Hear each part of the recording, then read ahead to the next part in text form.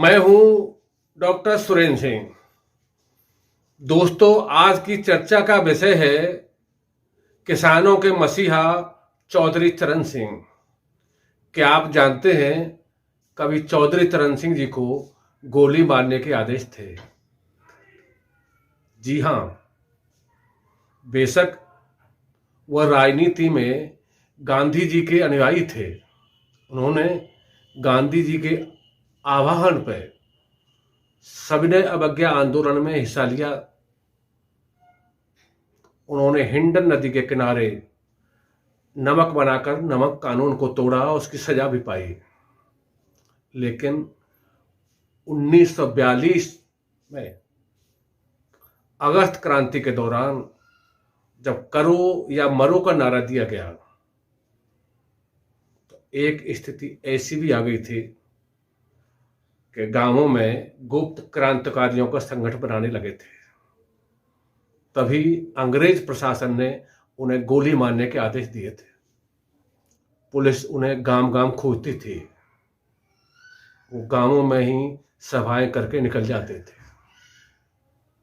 एक दिन वह गिरफ्तार कर लिए गए। उन्हें 1.5 साल की सजा हुई। यदि पूरी दुनिया की बात करें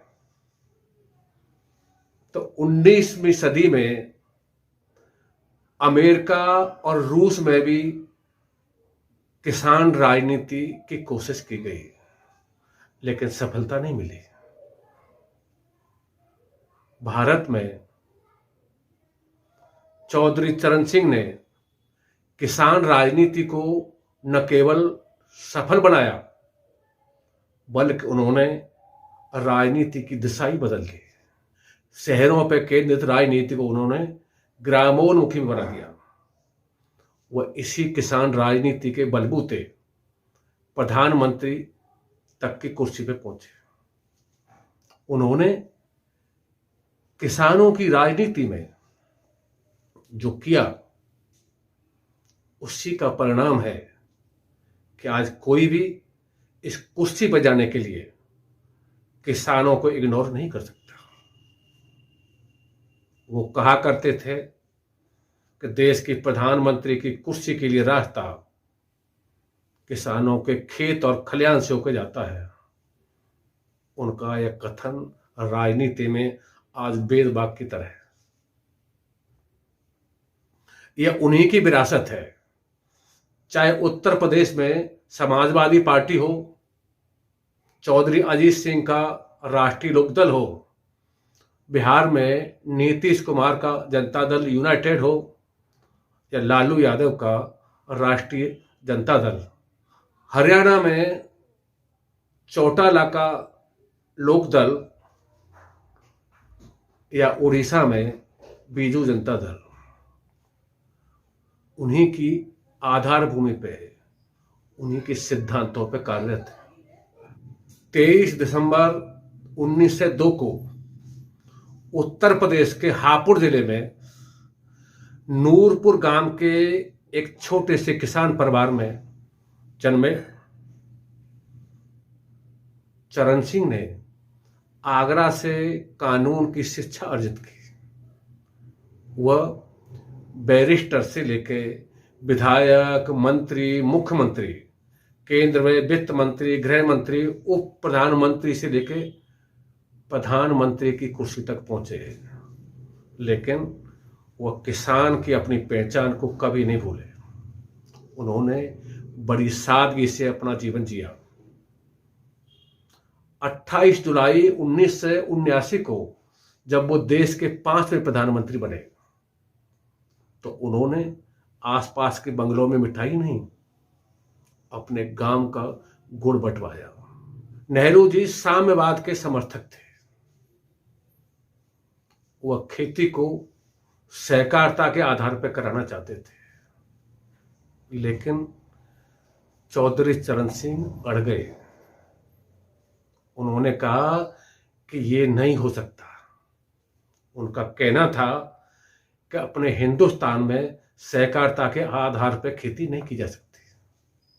नेहरू जी को झुकना पड़ा। आज जो किसान अपनी अपनी खेती कर रहे हैं, या अपनी मांगों के लिए सड़कों पर हैं, वो सब के सब चौधरी चरण सिंह के किरदार हैं, वरना खेती तो बहुत पहले उनके हाथ से निकल चुकी होती। चौधरी चरण सिंह छोटे छोटे राज्यों के हमायती थे। उन्होंने उत्तर प्रदेश का बंटवारा करने की बहुत पहले से कोशिश की। वह इसके कई टुकड़े करना चाहते थे। जब वो केंद्र में गृह मंत्री बने तो न केवल उत्तर प्रदेश, उन्होंने देश के जो बड़े बड़े राज्य हैं उनका विभाजन करने की भी कोशिश की और इसके लिए प्रस्ताव तैयार किया। यह अलग बात है, वह सक्सेस नहीं हो पाए।